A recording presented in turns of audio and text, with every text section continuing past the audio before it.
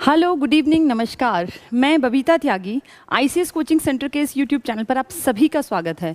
और जैसा कि सारे स्टूडेंट्स जानते हैं, मॉडर्न इंडिया की एक सीरीज़ मैंने स्टार्ट की थी, जिसमें 13 या 14 क्लासेस में ले चुकी हूँ। और एक कॉन्सेप्चुअल चीज़ों को समझाने का मेरा प्रयास था कि जितने स्टूडेंट्स घर बैठे हैं इस लॉकडाउन पीरियड के दौरान, उन्हें कॉन्सेप्ट ढंग से समझ में आ जाए। फैक्ट तो आप कहीं से भी पढ़ लेंगे, सुन लेंगे तो आपको याद हो जाएगा, पर प्रॉब्लम होती है कॉन्सेप्ट समझ में नहीं आता। और जीके जिसको लोग बहुत वैसे ही ले लेते हैं कि जीके सिर्फ पढ़ने भर की चीज़ है, ऐसा बिल्कुल नहीं है बच्चों। जीके समझने का सब्जेक्ट है। और जीके में नाम ही देखो, जनरल नॉलेज, बिल्कुल बेसिक बातें होती हैं। अगर आप थोड़ा सा भी ध्यान देंगे तो जीके जितना आसान और इंटरेस्टिंग दूसरा सब्जेक्ट है नहीं।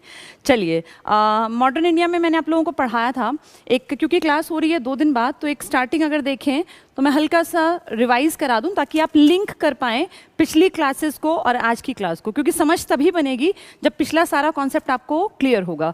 तो एक जो मॉडर्न इंडिया में हमने स्टार्ट किया था पढ़ना, वो मैंने आपको स्टार्ट कराया था कैसे विदेशी कंपनियां इंडिया में आनी स्टार्ट हुई थी। धीरे धीरे करके वो कंपनियां अपना यहाँ पे जमती चली गई और फाइनली 2 बड़ी कंपनियां, एक ब्रिटिश ईस्ट इंडिया कंपनी और एक फ्रेंच ईस्ट इंडियन कंपनी, इनकी लड़ाई स्टार्ट हो गई।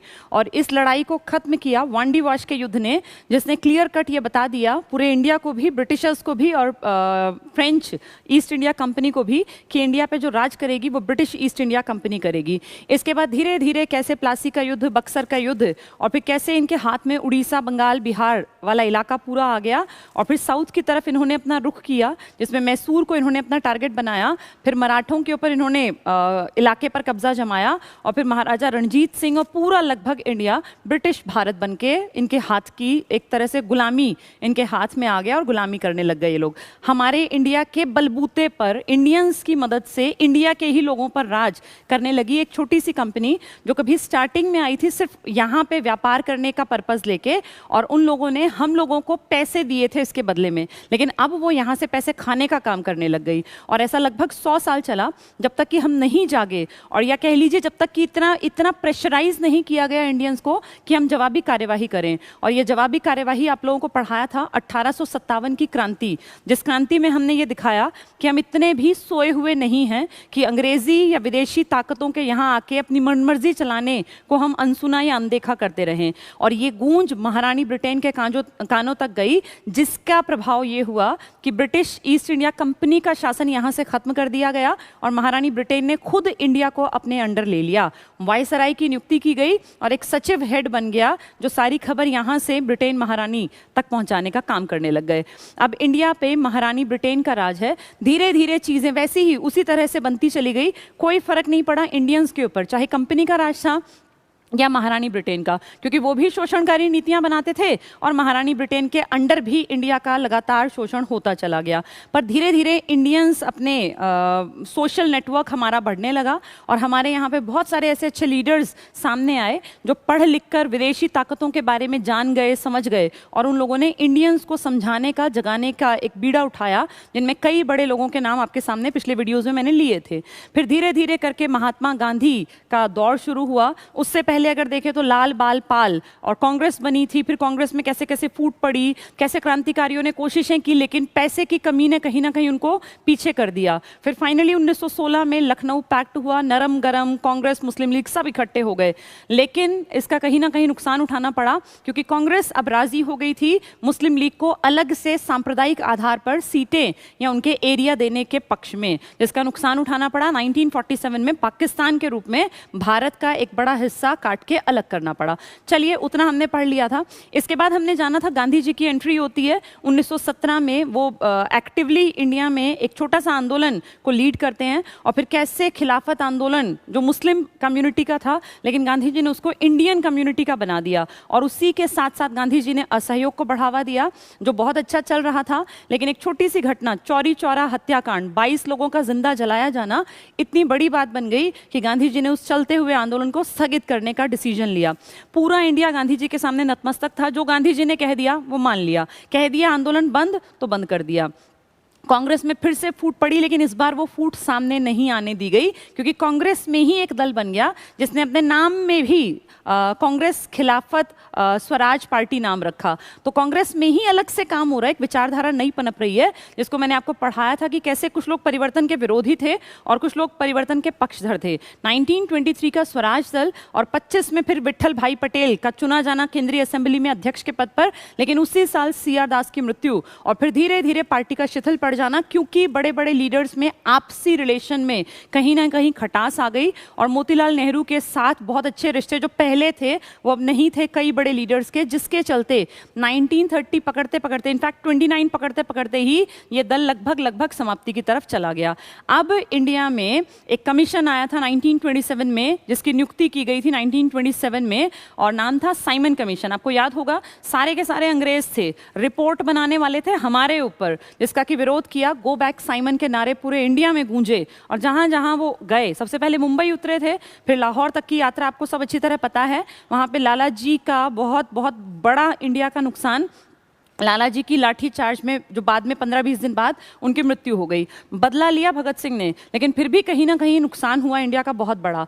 इसके बाद हम लोगों ने जितना पढ़ लिया था 27, 28, 29 में नेहरू रिपोर्ट पेश की गई, जिसमें कहा गया कि इंडिया को या तो 1 साल में डोमिनियन स्टेटस का दर्जा दे दो, वरना हम पूर्ण स्वराज की मांग को आगे लाएंगे। और 1929 में कैसे रावी नदी के तट पर लाहौर में पंडित जवाहरलाल नेहरू की अध्यक्षता में पूर्ण स्वराज को इंडिया की कांग्रेस ने अपना लक्ष्य बना लिया और फिर इसके लिए कोशिशें स्टार्ट कर दी। फिर कैसे 1930 में गांधी जी पैदल चलते हैं और अंग्रेजों के नमक नहीं बनाने के कानून को तोड़ते हैं, लेकिन विद ड्यू रिस्पेक्ट, सविनय अवज्ञा आंदोलन। और कैसे गांधी जी के पीछे महज 78 लोग चले थे, लेकिन फिर एक हजारों लोगों की भीड़ उनके साथ साथ चल पड़ी, क्योंकि ये 24 दिन लंबी यात्रा थी। 240 मील कवर करके महात्मा गांधी साबरमती आश्रम अहमदाबाद से चल के दांडी पहुंचे थे। और महात्मा गांधी का यह आंदोलन सक्सेसफुल रहा, क्योंकि इसमें महिलाएं, व्यापारी सब जुड़ते चले गए। साउथ इंडिया में अलग काम कर रहे थे लोग, नॉर्थ में अलग, ईस्ट में अलग, वेस्ट में, तो पूरे इंडिया में बहुत जोर शोर से चल रहा था सविनय अवज्ञा आंदोलन, जो लास्ट क्लास में मैंने पढ़ाया था। उम्मीद करती हूँ सबको ये कहानी दोबारा से दिमाग में एक बार पिक्चर बन गई होगी। आज उससे आगे पढ़ेंगे। आज का जो टाइटल मैंने दिलवाया था इसमें आपने देखा होगा इसमें कि आज की क्लास में पढ़ाने वाली हूँ मैं RTC, राउंड टेबल कॉन्फ्रेंस और पूना समझौता। ये RTC क्या है? अब हमें इतना पता है कि इंडिया में सविनय अवज्ञा आंदोलन जोर शोर से चल रहा था। 1930 में 12 मार्च से 5 अप्रैल की यात्रा और 6 अप्रैल की सुबह 6:30 बजे नमक मुट्ठी में उठा के गांधी जी ने सविनय अवज्ञा आंदोलन की शुरुआत कर दी, नमक कानून को तोड़कर। ये मान लीजिए अप्रैल से बहुत एक्टिवली लोग इस कानून को, जो अंग्रेज़ों के गलत कानून हैं, इनको तोड़ने का काम करने लग गए। सभी जो नशे की चीज़ें बिकती थी जहाँ दुकानों पे, वहाँ धरने दिए गए। लोगों ने फिर वही विदेशी जो सामान था इसकी होली जलाई, स्वदेशी के नारे लगाए गए। स्कूल छोड़ दिए बच्चों ने, पढ़ना छोड़ दिया, कॉलेजेस छोड़ दिए, यूनिवर्सिटी छोड़ दी, नौकरियाँ छोड़ दी, और एक बड़ा काम कर देना मना कर दिया। गांधी जी ने कहा जहाँ जहाँ पॉसिबल हो मत दो अंग्रेज़ों को टैक्स, जब इनको पैसा नहीं मिलेगा तो 1 साल के अंदर अंदर ये इंडिया छोड़ के भाग जाएंगे, 1 या 2 साल जितना भी लगेगा। अब ध्यान से सुनो, क्योंकि अब स्टार्ट होता है आज का टॉपिक। RTC क्यों रखी गई? जब ये सब चल रहा था ना, बहुत बढ़िया, इंडियंस ने बहुत बहुत ज्यादा जोश के साथ गांधी जी का साथ दिया। पूरा इंडिया गांधी जी के साथ था, स्टूडेंट्स भी, किसान भी और वकील भी, नौकरियां छोड़ दी, महिलाएं भी, मतलब हर तबका महात्मा गांधी के साथ था। तो महात्मा गांधी ये मान लीजिए कि इंडिया के सबसे बड़े लीडर्स के रूप में उभर चुके थे 1920 में, और अब 30 में उसका एग्जाम्पल फिर से सामने आया। अंग्रेजों ने देखा कि कैसे इंडिया लगातार आज़ादी के रास्ते पे चलने की शुरुआत कर चुका है। इस एक छोटे से नमक कानून को तोड़ने के बाद हर इंडियन के मन में आ गया कि हम अंग्रेजों की हर गलत चीज का जवाब देंगे, और कहीं ना कहीं ये नुकसान करने वाला था अंग्रेजों का। इसीलिए अंग्रेजों ने ये कहा कि हम इंडिया में संवैधानिक विकास के ऊपर बातचीत करने के लिए, कॉन्स्टिट्यूशनल रिफॉर्म्स के लिए एक बैठक रख रहे हैं, और उसमें इंडियंस को भी बुलाया जाएगा। ये अंग्रेजों की सोची समझी साजिश कह लो, चाल कह लो, चालाकी कह लो। उन्होंने लंदन में एक बैठक रखी जिसको नाम दिया RTC। RTC का फुल फॉर्म आप लोग जानते होंगे, राउंड टेबल कॉन्फ्रेंस। जैसे कोई भी बैठक होती है ना, तो जनरली बैठक का नाम किसी बड़े प्रधानमंत्री, राष्ट्रपति उस शहर या जिसको लेके वो होने वाली है उसके नाम पे होता है, लेकिन हिस्ट्री में ये एक ऐसी बैठक है जिसका नाम एक मेज के नाम पर है, एक टेबल के नाम पे। हम सबके घरों में टेबल्स होती हैं, थोड़ा सा अंतर है, ये टेबल बहुत बड़ी थी और ये जो टेबल थी ना ये राउंड शेप में थी। राउंड टेबल ही क्यों चुनी गई, इसका लॉजिक है। इसका कारण ये है कि राउंड टेबल पे ना कोई एक मुखिया नहीं होता। जो घरों में टेबल होती हैं या कहीं आप दफ्तर में देखते हैं तो उस टेबल पे जो बैठने का तरीका होता है ना, उसमें हेड ऑफ द फैमिली या हेड ऑफ जो भी सोसाइटी या जहाँ भी वो है टेबल, वो उसका एक सिरे पे हेड बैठता है हमेशा। हेड कभी ये नहीं कि कहीं भी बीच में बैठ जाएगा, नहीं, head of the family, head of the organisation, हमेशा जो एक सिरा होगा उस पर अकेले की उसकी चेयर लगेगी, बाकी सब लोग यहाँ साइड में बैठते हैं। इसमें अपने आप अंडरस्टूड होता है कि ये आदमी हेड है, लेकिन जहाँ राउंड टेबल होगा ना वहाँ आप हेड को नहीं बता सकते कि इनमें से हेड कौन है, वहाँ सब बराबरी पे माने जाते हैं। तो ये पहला ऐसा अवसर था हमारे इंडिया के इतिहास में जहाँ अंग्रेज़ों ने हम लोगों को अपनी बराबरी के स्तर पे कम से कम बैठा लिया। समझा तो नहीं होगा लेकिन बैठा लिया, तो हमारे लिए भी अच्छी बात थी कि यहाँ इंडियंस और ब्रिटिशर्स की बराबरी दिखाई देती है। कैसी टेबल चुनी गई है, राउंड टेबल कॉन्फ्रेंस, एक कारण। दूसरा कारण, राउंड टेबल पे ना सबसे ज्यादा लोग बैठ सकते हैं आमने सामने। इसी साइज की अगर आप कोई रेक्टेंगुलर या स्क्वायर टेबल लेंगे तो उतनी सीटें नहीं लग पाएंगी जितनी कि राउंड में लगेंगी। इस लॉजिक के कारण ये आरटीसी रखी गई थी, लंदन में रखी गई, तो ज्यादा लोग बैठ पाए, आमने सामने हो, बराबरी का दर्जा हो, इसके लिए टेबल जो चुनी गई वो राउंड टेबल कॉन्फ्रेंस कहलाई। पहले स्टार्टिंग में ये था कि एक आरटीसी बुलाते हैं, सब इंडियंस को जो मेन आदमी है इनको बुला लेंगे और फिर बैठ के डिसीजन लेते हैं कॉन्स्टिट्यूशनल रिफॉर्म्स के ऊपर कि संवैधानिक विकास में हम क्या करेंगे इन इंडियंस के लिए। तो ये जो बैठक बुलाई गई है फर्स्ट आरटीसी, इसमें इंडिया से काफी सारे लोग गए, काफी सारे। हिंदू महासभा इसमें गई, दलित संगठन में बी आर अम्बेडकर जी इसमें गए, बहुत सारे लोग गए। ब्रिटिश शासित जो भारत था, जो बहुत सारे चमचे थे अंग्रेजों के, जो अंग्रेजों के तलवे चाटते थे, बहुत सारे लोग गए, बहुत सारी कम्युनिटीज गई, मुस्लिम लीग भी इसमें गई। लेकिन इंडिया की सबसे बड़ी पार्टी जिसको कांग्रेस के नाम से पूरा इंडिया जानता था, ये इसमें नहीं गई। तो कांग्रेस अगर आरटीसी में नहीं गई, कांग्रेस की सीट अगर खाली है, तो फिर अच्छी तरह अंग्रेज भी जानते हैं, हिंदू महासभा भी जानती है, मुस्लिम लीग भी जानती है, दलित संगठन भी जानते हैं कि अगर कांग्रेस नहीं आई ना तो इस बात को जो हम यहाँ डिसीजन लेंगे इसको इंडियंस मानेंगे नहीं, क्योंकि इंडियंस कांग्रेस को ही मानते थे सबसे बड़ी पार्टी। और ये फैक्ट भी है कि सबसे ज्यादा जो कार्यकर्ता थे, सबसे ज्यादा जो लीडर्स थे, सबसे बड़े दर्जे के जो लीडर्स थे वो कांग्रेस पार्टी में थे। तो कांग्रेस का ना आना मतलब इंडिया का मेजर हिस्सा नहीं आया। तो फिर छोटे संगठन आने से बात तो नहीं बनी ना, क्योंकि काम तो पूरा इंडिया में जाके किया जाएगा। इसीलिए फर्स्ट जो आरटीसी थी इसको फेलियर माना गया, ये असफल मानी गई कि भाई सफल अगर करनी है तो कांग्रेस को बुलाओ। और कांग्रेस का पर्याय कौन था उस टाइम, एक ही आदमी था, गांधी जी। गांधी जी हैं तो सब लोग मान लेंगे बात को आंख बंद करके। एग्जाम्पल तुम्हारे सामने है, 1922 का चौरी चौरा हत्याकांड और 1930 की ये यात्रा। तो गांधी जी पे तो आंख बंद करके भारत विश्वास कर लेगा, लेकिन बाकी कोई जाएगा उसके कहने से लोग मानेंगे नहीं। तो कांग्रेस को बुलाना जरूरी है, ये बात समझ में आ गई जो ब्रिटेन में बैठे थे उन लोगों को भी, और जो इंडिया में हेड था लॉर्ड इरविन थे उस टाइम, उन्हें भी आदेश दिया गया कि इरविन कुछ भी करो, जैसे तैसे गांधी जी को मनाओ, कांग्रेस को मनाओ, और अगली आरटीसी रखेंगे उसमें गांधी जी या कांग्रेस का कोई बड़ा आदमी, बड़ा लीडर जो इंडिया को रिप्रेजेंट करे वो आना जरूरी है। यानी इंडियंस इसमें गए हैं लेकिन कांग्रेस नहीं गई, इसलिए ये असफल है, क्योंकि जो लोग गए हैं ना उनकी इंपॉर्टेंस इंडिया में वो नहीं है जो कि गांधी जी या कांग्रेस की है। तो अब सेकेंड आरटीसी रखी जाएगी, लेकिन उससे पहले गांधी जी का आंदोलन भी तो चल रहा है ना। ये घटनाएं जो मैं बता रही हूँ, ये आंदोलन 1930 में चल रहा है, कई महीने से लगातार लोग जो है अपनी नौकरियां छोड़ चुके हैं, टैक्सेस नहीं भर रहे हैं, औरतें आंदोलन में हैं, नमक बना रहे हैं, शराब की दुकानों पे धरने दे रहे हैं। यानी हर तरफ पूरा इंडिया फेवर में है गांधी जी के, कुछ लोगों को छोड़ के। देखो ऐसा तो हमेशा मान के चलो, जब भी कोई आदमी कुछ भी करेगा ना, चाहे वो समाज के भले के लिए करे, 1% लोगों में दिमाग कम होता है, वो नहीं सुनेंगे उनकी। अभी भी ऐसा ही है, आप कितना ही अच्छा काम कीजिए, एक ऐसा प्रतिशतता समाज का जरूर मिलेगा, बहुत छोटा तबका, जो हमेशा बुराई करेगा, गालियां देगा, उनकी बातों को समझेगा नहीं, क्योंकि ऐसे मूर्खों से समाज में आप इतिहास उठा के पढ़ेंगे तो ऐसे गधे हमेशा मिलेंगे। कुछ लोग अभी भी, मैं ये नहीं कह रही कि गांधी जी सबसे बड़े लीडर हैं, लेकिन जहां गांधी जी ठीक हैं वहां गांधी जी का साथ सबने दिया और देना भी चाहिए था। जैसे आज कोरोना की स्थिति है, आज जो लोग देश का साथ नहीं देंगे उनसे बड़ा गद्दार कौन होगा। यहाँ भी ऐसी स्थिति थी कि गांधी जी का साथ देना जरूरी था। अब महात्मा गांधी तो आंदोलन चला के बैठे हुए थे, आरटीसी जब हुई है फर्स्ट तो आंदोलन हमारे देश में था।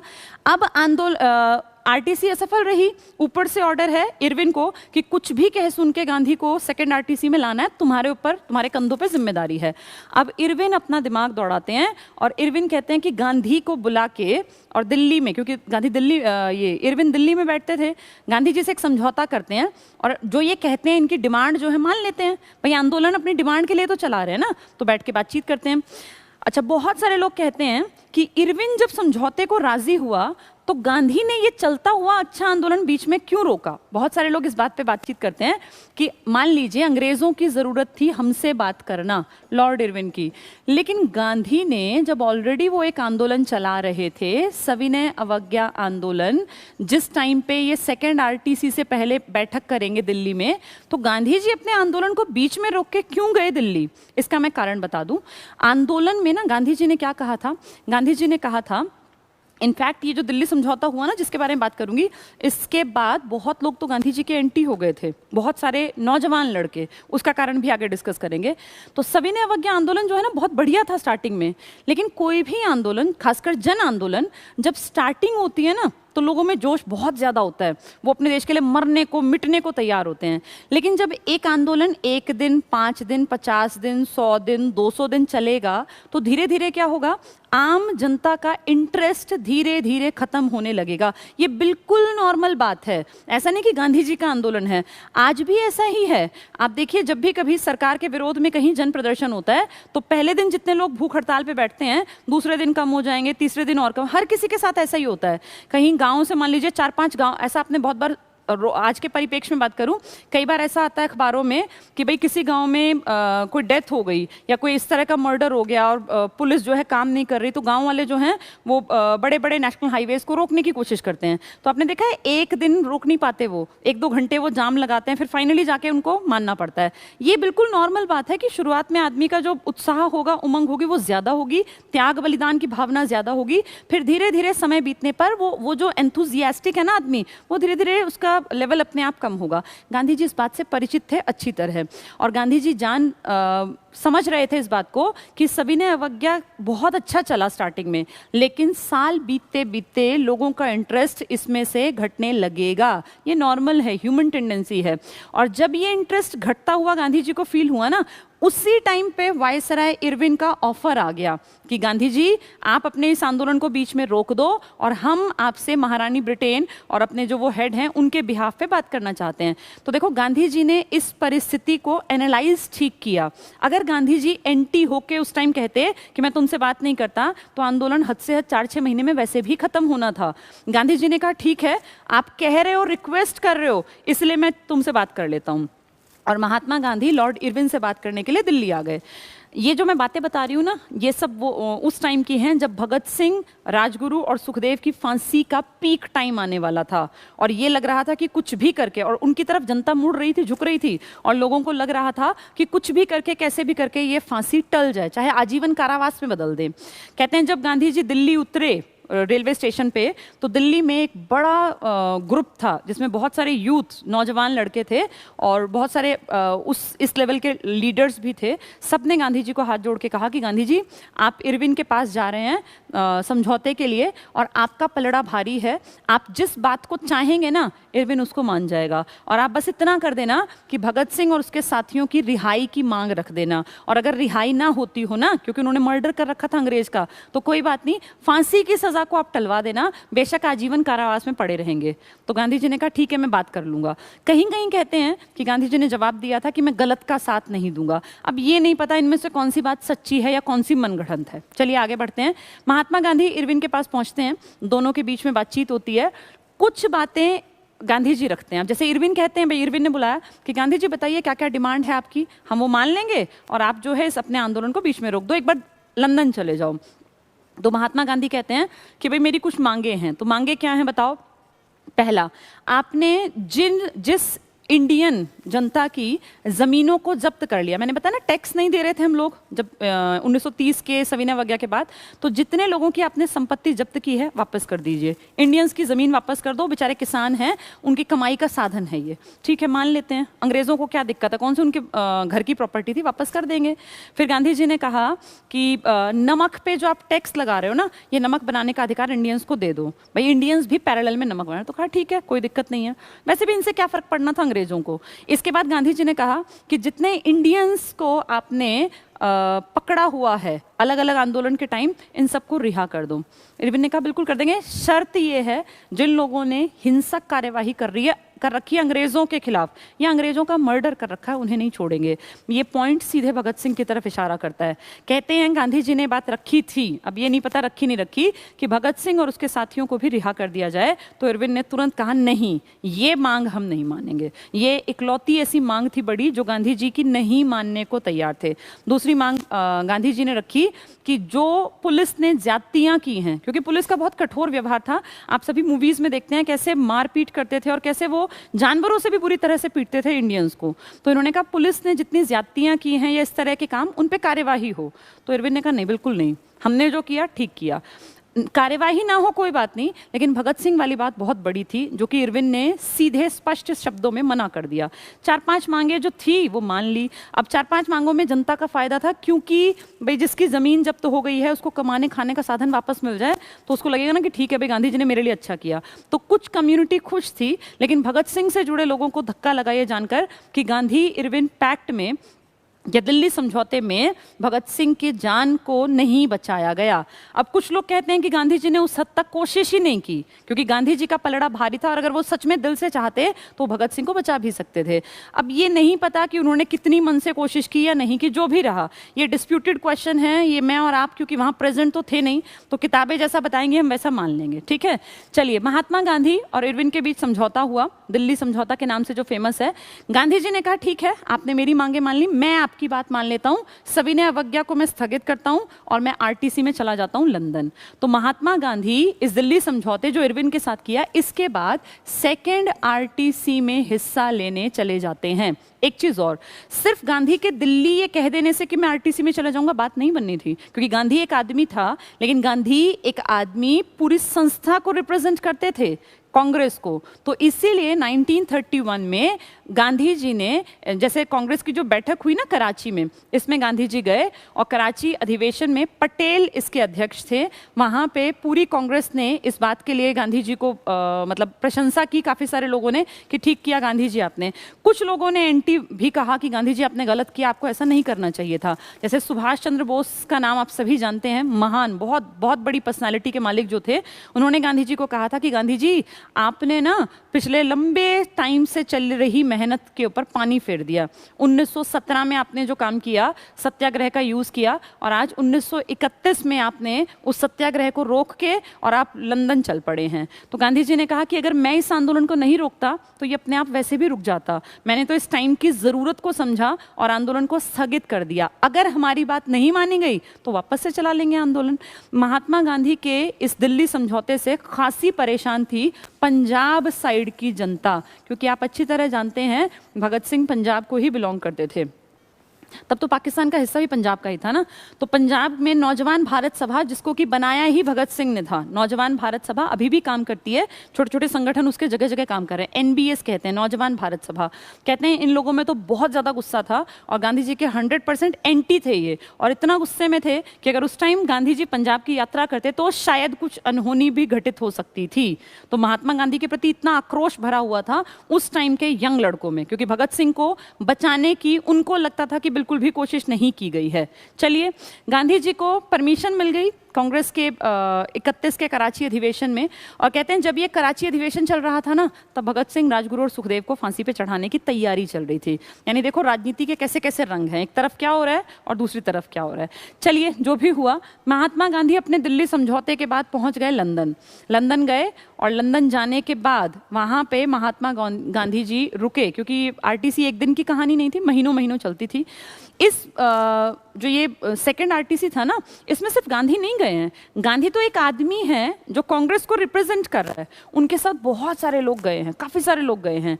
हिंदू महासभा के लोग अलग से गए हैं, दलित संगठन के लोग, बी आर अम्बेडकर जी अलग से गए हैं, रूढ़िवादी बहुत सारी अलग अलग संगठन थे जो अपने अपने मेंबर्स को भेजते थे। ब्रिटिश भारत के लोग अलग से गए हैं, देशी रियासतों के राजाओं के प्रतिनिधि अलग से गए हैं। यानी एक बड़ा डेलीगेट्स का समूह है जो सारे इंडियंस हैं, लेकिन सब अपने अपने फायदे की बात करते हैं सिवाय कांग्रेस के। अब हिंदू महासभा वाले हिंदुत्व की बातें करेंगे, दलित वाले दलित की बात करेंगे, ब्रिटिश भारत ब्रिटिश की बात करेगा, जो देसी रियासत है वो देसी की बात करेगी। कांग्रेस एक ऐसी पार्टी है जो इंडिया की बात करेगी, बाकी लोग इंडिया की बात नहीं करेंगे। तो कांग्रेस किसकी बात करने वाली है? भारत की। अंग्रेज इस बात से परेशान हैं और उन्हें लग रहा है कि अगर कांग्रेस भारी पड़ गई ना यहाँ तो फिर भारत की बात होगी, और ऐसा वो कभी नहीं चाहते। इसीलिए अंग्रेजों ने स्टार्टिंग में ही कहा कि ये आरटीसी कांग्रेस अकेली डिसीजन नहीं ले सकती, क्योंकि इंडिया के और भी डेलीगेट्स रिप्रेजेंटेटिव्स यहाँ हैं, तो हम सभी से बातचीत करके तब डिसीजन लेंगे। एक तरह से कांग्रेस को बाकी सबके बराबर करना उनका टारगेट था, और कहीं ना कहीं फूट डालना भी टारगेट था। कांग्रेस अकेली इंडिया को रिप्रेजेंट कर सकती थी, लेकिन वो छुटपुट जो दल गए थे उन सबके मन में आया कि कांग्रेस भी हमारी ही बराबरी की है, भाई हमारी भी मर्जी सुनी जाएगी, अकेली कांग्रेस की नहीं। और फाइनली क्या हुआ, वो जो इतने छुटपुट दल हमारे गए थे ना, ये आपस में ही बहस में छिड़ गए। वो उसकी बुराई कर रहा है, वो उसकी, मुझे मेरे हक चाहिए, मुझे मेरे। और फाइनली जाके क्या हुआ कि इन सबको कुछ नहीं मिला, इनके हाथ कुछ भी नहीं आया। और कांग्रेस में जो गांधी जी थे वो समझ गए कि ये आरटीसी सफल नहीं होनी, क्योंकि इसमें सब लोगों को अपनी अपनी पड़ी है। इंडिया से किसी को कोई मतलब नहीं है, किसी को इस चीज़ से कोई मतलब नहीं है कि संविधान में क्या कुछ होगा, भारत का विकास कैसे होगा, या भारत की आज़ादी में क्या कुछ कर सकते हैं हम। सबको क्या है, अब जैसे दलितों को अपने हक की सूझ रही है, हिंदू महासभा अपने हक की बात कर रही है, मुस्लिम लीग अपनी बात कर रही है, ब्रिटिश भारत, मतलब सब अपने अपने हक की बात कर रहे हैं, इंडिया की बात कोई नहीं कर रहा। तो आप समझ लीजिए कि कैसे बुरी हालत में आरटीसी चल रही थी। महात्मा गांधी समझ गए कि किसी भी हाल में ये सफल नहीं होनी। चलो जैसे तैसे करके निपटाई गई। फाइनली सेकंड आरटीसी भी असफल रही, लेकिन अंग्रेज सफल हो गए, क्योंकि अंग्रेजों का तो टारगेट ही था सविनय अवज्ञा आंदोलन किसी तरह रुक जाए। भाई यही तो टारगेट था दिल्ली समझौते का। इरविन ने इसीलिए तो बुलाया था, आके तुम कुछ करना, तब तक हम चीज़ों को पलट चुके होंगे, और ऐसा ही हुआ। महात्मा गांधी वहाँ से खाली हाथ वापस आए, और जो इंडिया एक्सपेक्ट कर रहा था कि बहुत कुछ बदलने वाला है, जब खाली हाथ निराशा लेकर गांधी जी लौटे तो सबको धक्का लगा। गांधी जी ने कहा कोई बात नहीं, ऐसा तो होता रहता है सत्याग्रह के आंदोलन में, वापस से कोशिश करते हैं, दोबारा से सविनय अवज्ञा चलाते हैं। गांधी जी की प्लानिंग पे पानी फेर दिया अंग्रेजों ने, क्योंकि अब वो पहले से तैयार थे और उन्होंने बड़े बड़े लीडर्स को तुरंत उठा लिया और जेलों में बंद कर दिए। अब कौन करेगा आंदोलन? तो ये लगा लो कि गांधी जी का ये दूसरा आंदोलन असफल हुआ है बड़ा। पहला असहयोग आंदोलन असफल हुआ था, अब ये सविनय अवज्ञा भी फेल मान लीजिए। सेकेंड आरटीसी का रिजल्ट क्या आया? 0। किसी को इंडिया से कोई मतलब नहीं है, सब अपनी अपनी बंदर बांट वाला काम चला हुआ था। इसी दौरान अंग्रेजों ने एक और पैंतरा चला, एक और चाल चली, और उन लोगों ने, रेमजे मैकडोनाल्ड वहाँ के पीएम थे, रेमजे मैकडोनाल्ड, और जॉर्ज पंचम वहाँ के राजा थे। तो रेमजे मैकडोनाल्ड क्या कहते हैं, एक शब्द है सांप्रदायिक पंचाट, इसको आप इंग्लिश में कहते हैं कम्युनल अवार्ड। नाम देखो जरा, कम्युनल अवार्ड। आप बहुत बार सुनते हैं कम्युनल राइट्स, सांप्रदायिक दंगे, जब दो संप्रदाय आपस में लड़ते हैं, झगड़ते हैं, तो दंगे, उनके कहते हैं सांप्रदायिक दंगे। ये सांप्रदायिक पंचाट है, अवार्ड है। ये क्या है? ये इंडिया में और ज़्यादा फूट डालने का एक हथियार है जो अंग्रेज़ों ने यूज़ किया है इंडिया की लोगों को अलग करने के लिए। और इसमें इस बार मोहरा बनाया है एससीज को, शेड्यूल कास्ट को। शेड्यूल कास्ट में उस टाइम पे दलित, अगर मैं कहूँ तो दलित में जो सबसे बड़ा चेहरा थे और जो सच में बहुत लायक भी थे, BR अम्बेडकर जी। बहुत ज़्यादा पढ़े लिखे, बहुत ज़्यादा समझदार, और उस टाइम पे जिस उसको बिलोंग करते थे, अगर उसको देखें, भाई महार जाति को बिलोंग करते थे, बेहद गरीबी में पले बढ़े थे, और फिर यहाँ तक पहुँचना कि आज इनको पढ़ा और पढ़ाया जा रहा है, और संविधान का जनक की जो उपाधि है वो इनको दी जाती है। एक ने तो जननी तक का भी दर्जा दिया है। तो ये बहुत बड़ी हस्ती हैं, कभी पढ़ेंगे इनको भी डिटेल में। BR अम्बेडकर जी दलितों के पक्ष में काम करेंगे। भाई हर कोई अपनी कम्युनिटी के लिए सोचता तो है ही। अब यहाँ कम्युनल अवार्ड में अंग्रेज़ों की चाल क्या है देखिए, अंग्रेज़ कह रहे हैं कि हमने मुस्लिम्स को 1909 में पृथक निर्वाचन दे दिया, 1919 में हमने ईसाइयों को, सिखों को अलग निर्वाचन दे दिया, 1932 में हम शेड्यूल कास्ट या दलितों को भी आरक्षण देंगे। अब महात्मा गांधी को जैसे ही ये बात पता चली, वो तो ऑलरेडी जेल में है ना सविनय अवज्ञा के कारण, दोबारा शुरू करने के कारण, महात्मा गांधी बंद हैं यरवदा जेल में। यरवदा जेल आज भी जेल के रूप में यूज़ की जाती है, पूना में है। और अगर आपने संजू जो मूवी आई थी वो देखी होगी, तो संजय जो दत्त ने रोल प्ले किया है, संजय दत्त का जो रोल प्ले किया, उसकी जो रिहाई है ना, उसमें जो निकलते हैं बाहर, उसके ऊपर देखो गोल ऐसे लिखा हुआ है यरवदा जेल। अगर आपने मूवी देखी हो तो यरवदा जेल से रिहाई हुई थी संजय दत्त की, यहीं इसी जेल में कैद थे महात्मा गांधी। महात्मा गांधी को पता चला जेल में कि ऐसे ऐसे कम्युनल अवार्ड जारी किया जा रहा है और एससीज को अलग करने की बात हो रही है। महात्मा गांधी ने कहा एससी हिंदू हैं, एससी हिंदुओं से अलग नहीं है, मुसलमान अलग हो गए, मैं कुछ कर नहीं पाया। 1909 में गांधी जी यहाँ थे भी तो नहीं। सिखों को, ईसाइयों को अलग कर दिया, मैं कुछ कर नहीं पाया क्योंकि तब मैं ताकत मेरे पास नहीं थी। लेकिन अब अंग्रेज़ों की ये घटिया चाल कि एससी भी अलग हैं, मैं इसको पूरी नहीं होने दूंगा क्योंकि एससी हिंदू हैं। महात्मा गांधी कह रहे हैं एससी अलग कहाँ से है, तो हिंदू हैं, ये हमारे सगे हैं और ये अलग बिल्कुल नहीं है।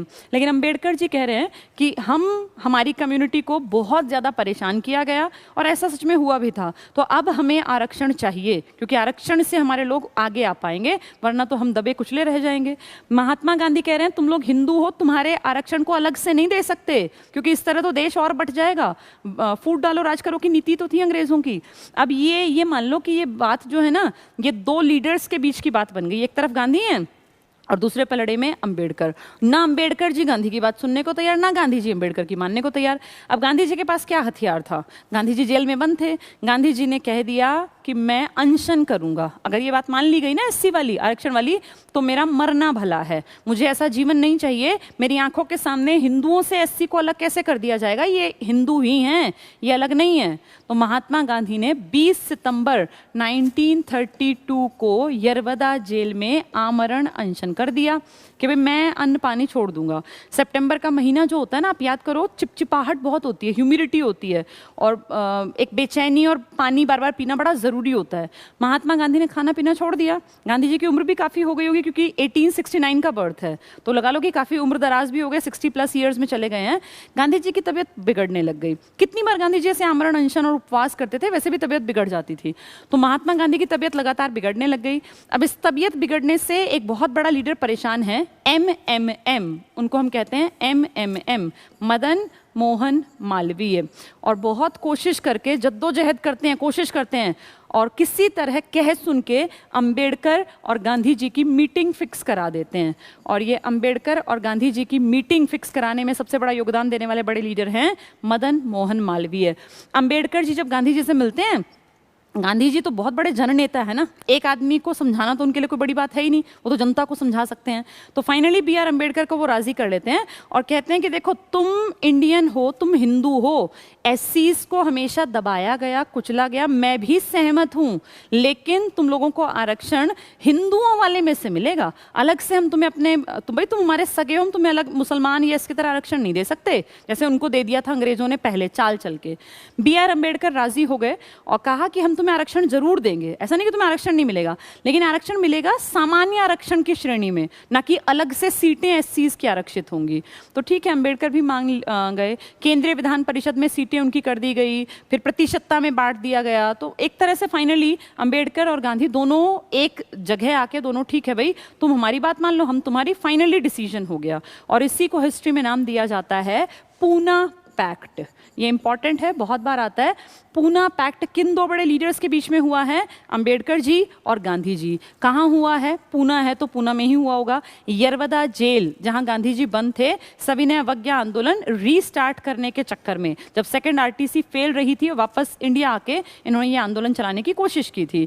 तो पूना समझौता, इसलिए बहुत बार आप लिखा हुआ पढ़ते होंगे, पहले तो बहुत कॉमन लिखा हुआ मिलता था, जगह जगह रेलवे स्टेशन के आसपास कहीं भी जहाँ यूनिवर्सिटीज वगैरह हुआ करती थी, आरक्षण कोई भीख नहीं, पूना पैक्ट का वादा है। दोबारा सुन लो, आरक्षण कोई भीख नहीं, पूना पैक्ट का वादा है, ऐसा दलित समुदाय ने कहा बाकी लोगों को। क्यों? क्योंकि उन्होंने कहा कि आरक्षण जो दिया है गांधी जी ने खुद माना है, और इंडियंस मानते हैं गांधी जी हमारे राष्ट्रपिता हैं। भाई पिता की कही बात तो बेटा बेटी को पूरी करनी चाहिए ना, तो आरक्षण तुमने कोई भीख नहीं दे रखी, ये पूना पैक्ट का वादा है जो गांधी ने किया था, और अब तो वो निभाना पड़ेगा। तो आरक्षण के मुद्दे पर पूना पैक्ट बहुत इंपॉर्टेंट है। किन दो बड़े लीडर्स के बीच ये हुआ? गांधी जी और अंबेडकर जी के बीच में 25 सितंबर 1932 को हुआ। यरवदा जेल में गांधी जी बंद थे। सांप्रदायिक पंचाट एक चाल थी। किसके खिलाफ थी ये? हिंदुओं के खिलाफ। कांग्रेस के गांधी जी इसको भांप गए और उन्होंने कहा तुम्हें आरक्षण हमारी सीटों में से मिलेगा, अलग से तुम्हें पृथक सीटें नहीं देंगे। जैसे कि पहले 1909 में गलती किसको करके दे दी थी? मुस्लिम्स को। फिर 19 में ईसाई और सिख अलग कर दिए थे। तो फाइनली जाके गांधी जी और अंबेडकर के बीच में ये पूना पैक्ट संपन्न हुआ, जिसने फिर आगे जाके कहीं ना कहीं आरक्षण जो ये बढ़ता चला गया था उसमें एक छोटा सा रोल इसका भी था। ठीक है, आज हमने ये इतना पढ़ लिया। इसके बाद एक आरटीसी रह गई, तीसरी आरटीसी फिर रखी गई है। वो तीसरी आरटीसी रखी गई है 1932 में।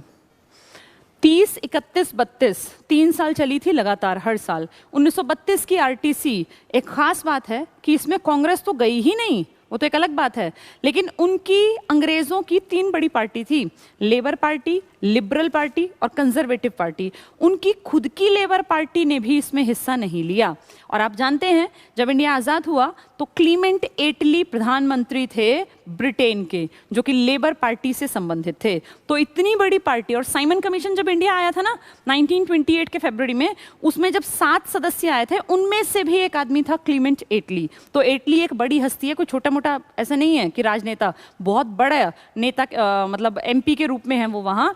उनकी पार्टी है लेबर पार्टी, जिसने बायकॉट किया। और बायकॉट क्यों किया मैं बता दूं, इसका एक बड़ा कारण था क्योंकि कांग्रेस को इनविटेशन ही नहीं मिला था थर्ड आरटीसी का। तो 3 आरटीसी हुई हैं, पहली में बुलाए नहीं गए, दूसरी में दिल्ली समझौता करके गए लेकिन असफल रही आपसी चिकचिकबाजी के चलते, तीसरी में नहीं गए। और तीसरी में उनकी कौन सी पार्टी नहीं बैठी? लेबर पार्टी, जिसका कि हेड कौन था? क्लीमेंट एटली। ठीक है, उम्मीद करती हूँ सबकी समझ में ये तीनों बातें आ गई होंगी। आज हमने 3 चीज़ें पढ़ी हैं, आरटीसी हमने पढ़ा, कम्युनल अवार्ड हमने पढ़ा और पूना पैक्ट पढ़ा। अब इन चीज़ों को जल्दी से एक बार रिवाइज कर लेते हैं ताकि लंबे टाइम तक तुम्हें ये चीज़ें याद रहें। चलो, अब हम आज पढ़ने जा रहे हैं रिवीजन में गोलमेज सम्मेलन। आरटीसी राउंड क्यों है समझ गए ना, सब बराबर हैं, कोई हेड नहीं है। पीएम थे इनके रैमजे मैकडोनाल्ड, और इनके जो हेड थे, जो महाराजा थे, वो जॉर्ज किंग जिसको कहते हैं, जॉर्ज 5 थे, जॉर्ज पंचम। पहली जो आरटीसी है ये नवंबर 1930 में स्टार्ट हुई। हमने अपना आंदोलन चलाया था मार्च में, यात्रा अप्रैल में, वो 6 अप्रैल को नमक कानून तोड़ा। कुछ महीने बाद ही ये एक्टिव हो गए कि आरटीसी बुलाते हैं। पहली आरटीसी नवंबर 30 से जनवरी 31 तक चली, यानी 30 के एंड में स्टार्ट हुई और जनवरी 31 के स्टार्टिंग में खत्म हो गई। हाउस ऑफ लॉर्ड्स में इसकी बैठक शुरू हुई थी। हाउस ऑफ कॉमन्स आप जानते हैं उनकी लोकसभा की तरह हमारी, और हाउस ऑफ लॉर्ड्स हमारी राज्यसभा की तरह। कहाँ है ये? लंदन में। तो पहली आरटीसी की बैठक हाउस ऑफ लॉर्ड्स में स्टार्ट हुई। जॉर्ज पंचम थे वहाँ, और वहाँ पे ये रैमजे मैकडोनाल्ड इनके पीएम। सेकेंड आरटीसी स्टार्ट होती है 1931 के सितंबर में। पहली स्टार्ट हुई थी नवंबर में, जनवरी तक चली थी, अब है सितंबर से दिसंबर, उसी साल में एंड। यहाँ देखो सन बदला है क्योंकि 1 महीने का अंतर आ गया। और तीसरी आरटीसी है नवंबर 32 से दिसंबर, छोटी सी है क्योंकि इनकी खुद की पार्टी भी नहीं आई थी, एक बड़ी पार्टी लेबर पार्टी, और कांग्रेस तो गई ही नहीं थी। देखो मैंने लिखा है ना, कांग्रेस क्रॉस कर दिया, लेबर पार्टी को क्रॉस। महज 46 डेलीगेट्स गए थे, 46 आदमी गए थे इंडिया के अलग अलग संगठनों के, कांग्रेस ने हिस्सा नहीं लिया। ठीक है, नेक्स्ट देखो, आरटीसी क्यों बुलाई? मैंने बताया कॉन्स्टिट्यूशनल रिफॉर्म्स का नाम दिया गया। तो संवैधानिक मुद्दों पर चर्चा के लिए कॉन्स्टिट्यूशनल रिफॉर्म्स हम क्या करेंगे इंडिया के लिए, करना कुछ नहीं है, बस कहने की बात है। फर्स्ट आरटीसी में कांग्रेस ने बहिष्कार किया, कांग्रेस नहीं गई, तभी तो दिल्ली समझौता बुलाना पड़ा।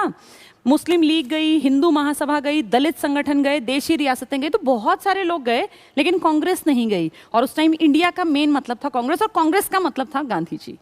इंग्लैंड की तीनों पॉलिटिकल पार्टीज इसमें बैठी। लेबर पार्टी थी जिसने कि थर्ड का बायकॉट किया था, लिबरल पार्टी थी और कंजर्वेटिव पार्टी थी। नेक्स्ट देखिए, फर्स्ट टाइम इंडियंस बराबर ब्रिटिशर्स, कम से कम बराबर बैठा तो लिए, समझे तो इन्होंने कभी नहीं, लेकिन बैठा लिए उस राउंड टेबल कॉन्फ्रेंस में, पर केवल समस्याएं रखी गई, इसमें कुछ मुद्दे पे बहस जो छिड़ी ना, समस्याएं, इसका रिजल्ट कुछ नहीं आया, तो असफल रही। बिना कांग्रेस कामयाब हो ही नहीं सकती थी, क्योंकि इंडिया का मतलब मेन था कांग्रेस, और कांग्रेस का मतलब था गांधी। इरविन की कांग्रेस को जोड़ने की कोशिश, इरविन पे दबाव आया ना कि भाई कांग्रेस को बुलाओ, वरना क्या फायदा, क्योंकि इंडियंस मानेंगे नहीं इन छोटे मोटे संगठनों की बातें। कांग्रेस क्यों जुड़ी, मैंने बताया, सविनय अवज्ञा आंदोलन अपने आप ढीला पड़ने लग गया था। अगर गांधी जी इरविन के समझौते के लिए नहीं जाते दिल्ली, तो 4-6 महीने साल में वैसे भी आंदोलन खत्म होना था। इसमें इज्जत बची रही कि भाई हमने देखो अपनी मर्जी से आंदोलन को खत्म किया, ना कि करना पड़ा, तो सविनय अवज्ञा आंदोलन कमजोर पड़ने लगा था। नेक्स्ट देखें, गांधी जी की मांगे क्या थी, तो गांधी जी वही बातें करेंगे बेसिक, नमक पर से पाबंदी हटा लो, जो कि इन्होंने यात्रा भी की थी, विभिन्न प्रकार के जुर्माने की वसूली स्थगित कर दो। अभी देखो आज के कंटेक्स्ट में, इसको कोरोना फैला हुआ है ना, अब सरकार ने क्या कहा है, कोई भी किराएदारों से किराया नहीं मांगेगा, सुना होगा आप लोगों ने, बहुत सारी चीजें कही हैं कि भाई बिजली के बिलों में काम करेगी सरकार। अभी देखो कल शिक्षा नीति पे बात कर रहे थे कि 8वीं तक के सब बच्चे पास, बिना पेपर दिए भी, अगर पेपर नहीं हुए, 10वीं के पेपर भी 4 जितने हो गए, मेरे ख्याल साइंस का नहीं हुआ, उनके बेसिस पे उनको आगे परसेंटेज, 11वीं वाले भी पास, 12वीं के ऊपर डिसीजन रह गया, बाकी सबको पास कर दिया। टाइम की जरूरत होती है, तो विभिन्न प्रकार के जुर्माने की वसूली स्थगित कर दी जाए, ये गांधी जी की डिमांड थी। जैसे आज कह रहे हैं कि भाई अभी क्या कहा था मोदी जी ने पिछले इसमें जब लाइव आए थे, कि सभी प्राइवेट सेक्टर्स से हाथ जोड़ के विनती है कि वो अपने कर्मचारियों को वेतन पूरा दें, या 80% तक वेतन कम से कम दें, ताकि उनके घर के खर्च चलते रहें। तो देखो टाइम की बात होती है, गांधी जी ने भी सेम बात की है। वो कह रहे हैं जुर्माने की वसूली स्थगित कर दो, अंग्रेज हमसे जो जुर्माना ले रहे हैं ना जिस भी तरह का, वही रोक दो कुछ दिनों के लिए। जिनकी संपत्ति आंदोलन के दौरान जब्त की गई है वो लौटा दी जाए, क्योंकि जब हम टैक्स नहीं देते थे ना, तो ये हमारी संपत्ति छीन लेते थे। ये गाय भैंस, गांवों में से गाय भैंस ले आते थे, उनको मार मार के उनको भगा देते थे, उनके घर के सामान को अपने पास रख लेते थे। तो इस तरह के काम। सभी राजनीतिक बंदी रिहा हों, अहिंसक नहीं रिहा होंगे। जिसने हिंसा की है, अंग्रेजों को मारा है, उनको नहीं छोड़ेंगे, ये अंग्रेजों की बात थी। 2 बातें जो नहीं मानी इरविन ने, सब मानी, वो 2 देखो इंपॉर्टेंट बातें। भगत सिंह और साथियों की सजा माफ हो, ये भी नहीं कहा कि फांसी को हम भाई ताउम्र भी तो रख सकते हैं, 14 साल 28 जितना ही बनता है वो उतना, लेकिन माने नहीं। पुलिस ज्यादतियों की जांच हो, तो बोले नहीं, पुलिस ने कोई गलती नहीं की और ये हमारे डिसीजंस थे, इसलिए हम जांच नहीं करेंगे। इन्होंने जब जलियांवाला की ही जांच नहीं की, तो ये छोटी मोटी जांच को ये क्या समझे। गांधी इरविन समझौता संपन्न हुआ, इसी को दिल्ली समझौता इसलिए कहते हैं क्योंकि ये दिल्ली में साइन हुआ था। पंजाब में उग्र विरोध हुआ, क्यों, क्योंकि भगत सिंह तो पंजाब को बिलोंग करते थे, पूरा पंजाब एंटी हो गया था कि गांधी जी ने ये क्या किया। जब इनका पलड़ा इतना भारी था, तो क्यों नहीं बात मानी इरविन ने इनकी, इन्होंने ढंग से रखी नहीं, तभी तो नहीं मानी। नेताजी सुभाष चंद्र बोस भी नाखुश थे। नेताजी बहुत ही बढ़िया पर्सनालिटी के मालिक थे। आज मैंने 3-3.5 घंटे लगातार नेताजी के ऊपर बहुत सारी चीजें पढ़ी और इकट्ठी की हैं। देखती हूँ कल या परसों में एक बहुत अच्छी क्लास लेने का मन है। नेताजी सुभाष चंद्र बोस के बारे में जानेंगे कि वो क्या थे देश के लिए और कितना अहम रोल वो निभा गए एक छोटी सी लाइफ में। बहुत ही खूबसूरत ऐसे इंसिडेंट्स हैं कि पढ़ के शर्म भी आती है और दुख भी होता है कि हम क्यों नहीं उस टाइम पे लोग इतने जागरूक थे और आज भी क्यों नहीं हम जागरूक हैं। अब कम से कम हम आप जैसे लोग तो जागरूक बने जिन लोगों ने इंडिया के लिए सच में काम किया है। कल या परसों देखती हूँ, ये इंपॉर्टेंट क्लास में जरूर लूंगी, मैंने इसके लिए नोट्स भी बना लिए हैं बहुत बढ़िया। तो गांधी जी की दलील थी, गांधी जी ने क्या कहा, जन आंदोलन अधिक लंबा नहीं खींचना चाहिए वरना जनता धीरे धीरे हटनी शुरू हो जाएगी और फिर कांग्रेस की बेइज्जती होगी। तो मैंने तो फायदा किया है कि भाई जाके उससे बातचीत कर ली। कांग्रेस का कराची अधिवेशन हुआ, गांधी जी जो बात करके आए हैं उसको परमिशन तो मिलेगी ना कांग्रेस से। 1931 अध्यक्ष कौन थे, पटेल। गांधी इरविन समझौते को मंजूरी मिल गई 31 में। यहाँ मौलिक अधिकारों की बात भी हुई थी, स्वतंत्रता कैसी होनी चाहिए, राजनीतिक पर। एक चीज देखो आप, भगत सिंह के बारे में जिस दिन मैंने लेक्चर लिया मैंने बताया था, भगत सिंह ने क्या कहा था कि जैसी आजादी कांग्रेस प्लान कर रही है ना, ये असली आजादी नहीं होगी, ये तो सिर्फ ट्रांसफर ऑफ पावर होगा। शक्ति अंग्रेजों से उठा के इंडियंस के हाथ में। अंग्रेज भी मिसयूज कर रहे हैं, इंडियंस भी मिसयूज करेगा, क्योंकि इंडियंस को जो चाहिए जैसी आज़ादी वो प्लान ही नहीं है अंग्रेजों का, इसका कांग्रेसियों का, न ही इनका विजन है। तो देखो यहाँ जाके वही बात कह रहे हैं। भगत सिंह यही तो कहते थे, राजनीतिक आज़ादी भी हो और आर्थिक, यानी हर किसी के पास कमाई का साधन भी हो। सब लोगों की बातें अगर आप पढ़ते हैं ना तो आपको लगता है सब एक जैसी ही बातें करते थे, बस सबके रास्ते अलग थे और वो एक दूसरे के रास्ते को शायद उस टाइम समझ नहीं पा रहे थे, जिस कारण बहुत सारे लोगों ने, कांग्रेस के लोगों ने भगत सिंह के रास्ते को गलत ठहरा दिया, जबकि बात भगत सिंह वही कर रहे थे, वो कुछ साल पहले कर रहे थे, इनकी समझ में अब आ रही है। चलिए आगे करते हैं। सेकेंड आरटीसी सितंबर 31 से दिसंबर 31 में चली है। गांधी जी लंदन गए हैं, सिर्फ एक में हिस्सा लिया है, सेकेंड वाली में। MS राजपुताना, कई बार छोटे कॉम्पिटिटिव एग्जाम्स में ना जहाज का नाम आ जाता है, किस जहाज में, तब तो पानी के जहाज में जाते थे कि कौन से पानी के शिप में या जहाज में बैठ के गांधी जी लंदन गए, तो उसका नाम था MS राजपुताना। राजपूत से याद कर लो, राजपुताना। और जहां वो ठहरे थे, क्योंकि भाई अब कई महीने रहना था, और ठहरने के लिए जगह किंग्सले हॉल लंदन में रुके थे। और कहते हैं यहाँ एक बहुत बड़े पेंटर ने गांधी जी की पेंटिंग भी बनाई थी, क्योंकि गांधी जी ना हफ्ते में एक दिन मौन व्रत धारण करते थे, तो उस दिन वो आरटीसी की बैठक नहीं होती थी, तो गांधी जी जिस दिन मौन व्रत रखते थे, यहाँ पे एक बहुत बड़ा कोई कलाकार था, और कहते हैं सिर्फ चारकोल का वो पीस लेके व्हाइट पेपर पे उसने गांधी जी ड्रॉ किए थे, और आज भी वो तस्वीर लंदन में लगी हुई है उनके म्यूजियम में। तो गांधी जी कहाँ रुके थे? किंग्सले हॉल लंदन में। नेक्स्ट देखते हैं सेकेंड आरटीसी। गांधी जी तो गए ही गए, बड़े बड़े लीडर्स भी गए, जिनमें बड़ों में हैं MMM मदन मोहन मालवीय, हिंदू महासभा के बड़े लीडर थे और हिंदुत्व के लिए बहुत काम किया, काम देश के लिए भी बहुत किया। सरोजनी नायडू और एनी बेसेंट। एनी बेसेंट आप जानते हैं आयरलैंड की थी, माता बसंत हमने उपनाम दिया था, और इन्होंने तिलक का साथ दिया था, इनफैक्ट तिलक ने इनका साथ दिया था होम रूल लीग आंदोलन चलाने में।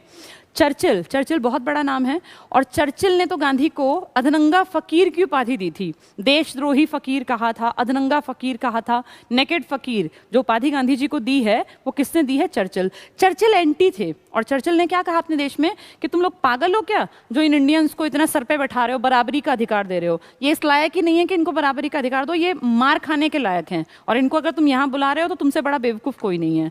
तो चर्चिल ने भारतीयों की बराबरी का विरोध किया कि क्या जरूरत है इनको राउंड टेबल में बैठाने की। देशद्रोही या अधनंगा फकीर कहा था महात्मा गांधी को। बहुत बार एग्जाम्स में आता है गांधी जी को देशद्रोही, नेकेड फकीर या अधनंगा फकीर की उपाधि किसने दी? तो ये है वो विंस्टन चर्चिल ने। चर्चिल बड़ी हस्ती थे। सेकेंड आरटीसी में रूढ़िवादी लोग भी गए थे, जो अपनी वही पुरानी बातें करेंगे। हिंदू महासभा भी गई थी, जो हिंदुत्व की बातें करेंगे, तो मुसलमान फिर पीछे हट जाएंगे ना। दलित लोग भी गए, तो दलित में मेन लीडर कौन है? BR अम्बेडकर जी। ये सब शामिल थे। अपनी डफली अपना राग, ये मैंने इसीलिए लिखा ताकि तुम्हारी समझ में आ जाए। हर कोई अपना अपना राग बजा रहा है। जो ये है अपना अम्बेडकर जी हैं, ये सिर्फ किसकी भलाई की बात कर रहे हैं उस टाइम पर? बाद में इन्होंने देश के लिए काम किया, लेकिन उस टाइम इनका मेन मुद्दा था दलित। हिंदू महासभा किसकी? हिंदुओं की बात करें। मुस्लिम लीग मुसलमानों की। इंडिया से किसी को मतलब नहीं है। गांधी जी ने सांप्रदायिकता का विरोध किया। गांधी जी ने कहा भाई तुम यहाँ ये अपनी अपनी डफली बजाने आए थे, तो क्यों की थी तुमने ये बैठक? तुम आए ही क्यों थे? तुम वहीं लड़ लेते, तुम्हें लड़ना ही था, तो यहाँ आके दूसरे देश में बेइज्जती क्यों करा रहे हो? और ये असफल रही। गांधी जी अम्बेडकर जी के आपस में वही भाई SCs को आरक्षण मिले। गांधी जी SC अलग है ही नहीं, आरक्षण क्यों लोगे? तुम हिंदू हो, हम तुम्हें अपने में से आरक्षण देंगे। सेकेंड आरटीसी असफल रही। थर्ड आरटीसी नवंबर 31 में कांग्रेस शामिल नहीं हुई, और अंग्रेजों की ही एक बड़ी पार्टी लेबर पार्टी ने भी बायकॉट किया। तो 1934 में सविनय अवज्ञा आंदोलन वापस ले लिया। अब क्या करते, अब चलना ही नहीं है तो वापस लेना पड़ा। कम्युनल अवार्ड जारी कर दिए कम्युनिटी के बेसिस पे SCs के लिए। रेमजे मैकडोनाल्ड, जो देखो फर्स्ट आरटीसी के टाइम PM थे। दलित, अंग्रेज सामाजिक व्यवस्था में बदलाव नहीं कर रहे थे, केवल राजनीतिक। ये देखो ये पॉइंट समझना। दलितों को टारगेट बना लिया अंग्रेजों ने कि कैसे इनका मन अलग कर दें हिंदुओं से। मुसलमानों का तो ऑलरेडी कर चुके हैं, ईसाइयों का कर दिया, सिखों का कर दिया, अब बचे SC में कैसे इन लोगों को हिंदुओं से अलग, कि तुम अलग हो, तुम्हारा ये भला नहीं कर सकते। अंग्रेज इतने चालाक थे ना, अंग्रेजों ने कभी किसी का भला नहीं किया। यानी उन्होंने जब मुसलमानों को अलग करवाया मुस्लिम लीग, तो सच ये है कि मुसलमानों के फायदे के लिए बिल्कुल नहीं कराया, हमारे नुकसान के लिए करवाया था, पूरे इंडिया के नुकसान के लिए। अब यही बात तो समझनी थी कि अंग्रेज जो SCs को आरक्षण देंगे ना, गांधी जी समझ गए इस बात को, वो सिर्फ राजनीतिक सीटों पर आरक्षण होगा। क्या इंडियन समाज के लोगों के मन में ये बात डाल सकते हो कि SC ST और हिंदू मुसलमान सब बराबर हैं? नहीं, हम नहीं डाल सकते, अंग्रेजों के शब्द हैं ये, नहीं डाल सकते। तो इनको राजनीति का यूज़ क्यों कर रहे हो, क्यों इनको ऐसे अलग कर रहे हो? या तो तुम समाज में व्यवस्था को बदलो, सब लोगों के दिमाग में डालो कि सब बराबर हैं, तुम वो तो कर नहीं रहे। तुम क्या कर रहे हो? राजनीतिक सबको बांट रहे हो। तुम्हारी अपनी चालाकी है, जो चाल कौन समझ गया? गांधी जी, इसलिए मना किया उन्होंने। बाद में अंबेडकर जी भी समझ गए थे। 20 सितंबर 32 को यरवदा जेल में पूना में अनशन कर दिया गांधी जी ने। 24 कहीं कहीं लिखा है 24, कहीं कहीं लिखा है 25 सितंबर, ठीक है। 1932 पूना में पैक्ट हुआ गांधी और अंबेडकर के बीच में। इसलिए क्या कहते हैं? आरक्षण कोई भीख नहीं, पूना पैक्ट का वादा है। किसने किया था? गांधी जी ने। किससे किया था? अंबेडकर जी से। ये बिचौलिए के रूप में काम किसने किया था? मदन मोहन मालवीय जी ने। 1933 में हरिजन नाम का एक साप्ताहिक पत्रिका निकाली, वीकली मैगजीन निकाली थी गांधी जी ने। और सब लोगों को पता होगा, हरिजन ये नाम भी दिया है महात्मा गांधी जी ने। हरि मतलब भगवान, हरि भगवान को कहते हैं, कृष्ण भगवान को, और जन मतलब जनता। तो उन्होंने कहा था कि हरिजन हैं ये भगवान के ही बंदे हैं, हम सब बराबर हैं। लेकिन अभी 2020 में सुप्रीम कोर्ट ने इस वर्ड को बैन कर दिया। अब कोई भी हरिजन शब्द यूज नहीं करेगा, क्योंकि कुछ लोगों ने इस शब्द को एक खास कम्युनिटी से जोड़ दिया, जो कि एक बेइज्जती का सूचक लगने लग गया बहुत सारे लोगों को। इसीलिए अब सुप्रीम कोर्ट ने 2020 में हरिजन शब्द को बैन कर दिया, ये क्योंकि गलत तरीके से यूज करने लगे। अदरवाइज गांधी जी ने इसको बहुत पॉजिटिव तरीके से दिया था कि हम सब भगवान के बनाए हुए हैं। तो जो खास कम्युनिटी अगर दलित कहला रही है तो उसी को कह दिया हरिजन हो आप। तो अब हरिजन शब्द अब यूज नहीं करते, अब बैन है। 1933 में पत्रिका निकाली थी इसी नाम से, हरिजन के नाम से ही। तो ये गांधी जी ने किया था इस कम्युनिटी खास के लिए, ठीक है। उम्मीद करती हूँ सबकी समझ में आ गया होगा। इंपॉर्टेंट हैं तीनों, एग्जाम्स में इनके ऊपर बहुत बार क्वेश्चंस आते हैं। MS राजपुताना याद रखना, किंग्सले हॉल याद रखना, गांधी जी कब गए, कौन सी में गए, किसका बाइकआउट किया, उनकी कौन सी पार्टी ने बाइकआउट किया, ये सब एग्जाम्स में आता है। तो कॉन्सेप्ट अगर समझ लिया होगा तो ये फैक्ट आप इजीली कर पाएंगे। अब किसी भी किताब को उठाना जो तुम पढ़ते हो GK की, और उसमें से ये 3 टॉपिक तैयार कर लेना आज। कौन कौन से? एक RTC तीनों कब कब हुए, इनके मंथ्स भी आ जाते हैं, किसमें कौन गया कौन नहीं गया। अंबेडकर, एक इंपॉर्टेंट पॉइंट और रह गया, BR अंबेडकर और तेज बहादुर सप्रू, 2 आदमी हैं देखना, एक है BR अंबेडकर और एक हैं तेज बहादुर सप्रू। ये 2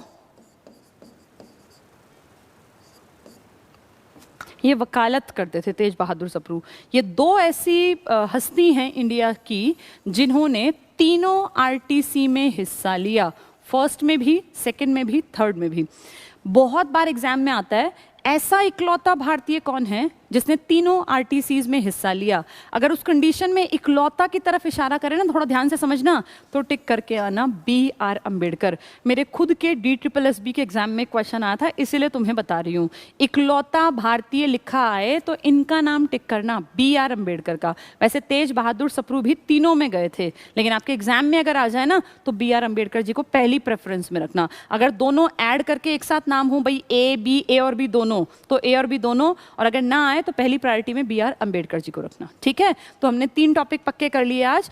RTC कैसे कैसे हुई, सांप्रदायिक पंचायत कौन लाया, किसके टाइम में, किस कम्युनिटी को खास टारगेट बनाया गया, और फिर उसके बाद पूना पैक्ट किस किस के बीच में हुआ। उम्मीद है सबकी समझ में आ गया होगा। आज इतना ही पढ़ेंगे। बहुत सारे इंडियंस बहुत अच्छे ढंग से लॉकडाउन का पालन कर रहे हैं, जो बहुत अच्छी बात है। और उम्मीद है अभी 10-12 दिन, कितने, अब तो 10-12 से भी कम रह गए, लगभग 9 दिन रह गए हैं। 9 दिन की और बात है, ढंग से इसको अगर हम लोग चलाते रहेंगे तो 14 तारीख के बाद पॉजिटिव खबरें होनी, उम्मीद है आनी स्टार्ट हो जाएंगी, और फिर तरीके से सारा समाज उसी कामकाज पे वापस आ जाएगा, और फिर अर्थव्यवस्था तेजी से उभर भी जाएगी। तो अभी 8-9 दिन का जो रह गया है लॉकडाउन, इसका सभी लोगों को पालन करना है, ठीक है। चलिए आज के लिए इतना ही, थैंक यू।